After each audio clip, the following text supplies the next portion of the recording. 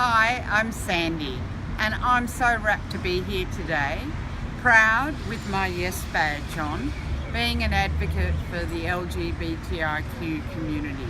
Not only about the Yes survey, but because I haven't always been in the position to be an out lesbian. In earlier years, I was in a closeted relationship, and in recent times, I've been feeling the homophobia of some of the general community. And my heart goes out to everyone who may not be in a space where this is, where it's causing concern and anxiety. And I want you to know that we and many other LGBTIQ community are standing for you, with you, supporting you, and we hope that your life is good, rich and happy. I want to say that I've found the plebiscite process fairly distressing myself, and normally I'm a very strong person, but I've seen some things said on, mainly sites on the computer that I won't forget, but they're pretty nasty, and so I've found it fairly difficult.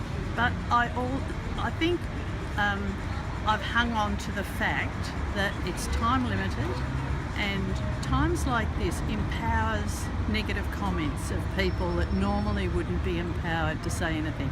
So I think if we just stay strong and wait until the results in a bit more than a month, we'll hopefully get some good news then.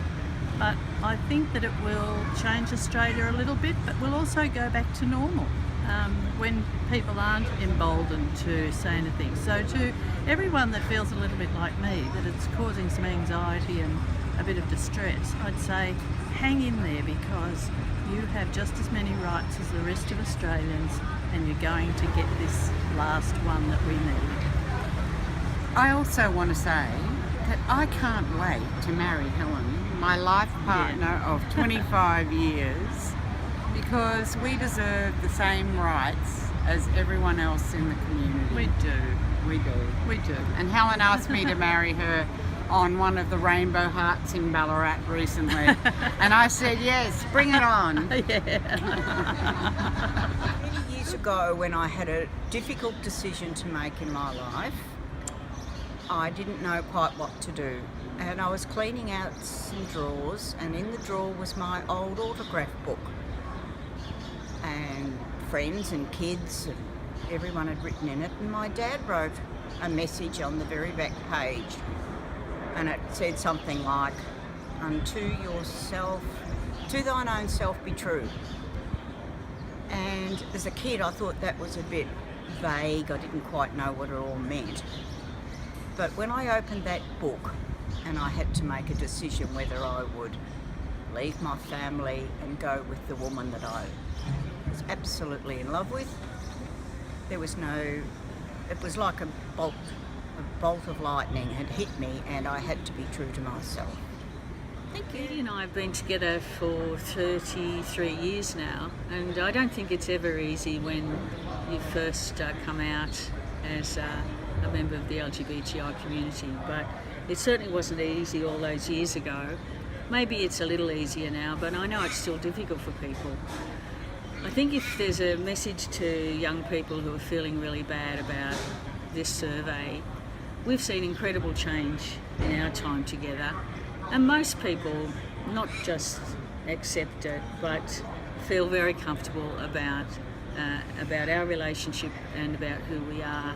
So I guess our message to young people and to older people who have just realised they're actually gay is just to believe in themselves, and I do think all will be well in the end. Sooner or later equality is going to happen, so just hang in there and have faith in yourself. Thank you. So important at this time. So many of us are going through difficult stages with the postal survey, that we talk about it, that we don't keep it to ourselves, that we in fact take steps to share it with others, talk it through rather than bottle it up. It is difficult, we have to acknowledge that, but it will get better. And therefore, how do we get through this difficult time must be what we all need to work on. Share it with friends, share it with others in your community, and let's be stronger at the end of this. The future will be better. We know this will get through, and I look forward to other forms of improved equality for us all. Hang in there, everyone. I quite agree, Brenda. It's having the patience and the tenacity to just grit it through and know that the better times are coming, and the rest of the world is showing us how to do it. Thank you. Okay, so we know that this non-binding, non-compulsory postal vote has caused a lot of distress for our community, and you know, even some of our strongest allies and friends have been impacted, and we just wanted to send a message of care and hope to those people that are suffering, that we will get through this, that we are strong, united together, and that we wish you all the best. We do, and if you need any help, there's help available. I know VOC have extra funding in for counselling, so Ron and I are strong people, but we've had our moments in the last month or so of feeling very vulnerable. Look, this is all about people getting married and about love, and it's crazy that anyone should be able to vote on our relationship and our love. We've been together for 30 years. In that time, I've lost most of my family, and they would have loved to have seen us getting married, and that opportunity has been taken away from us.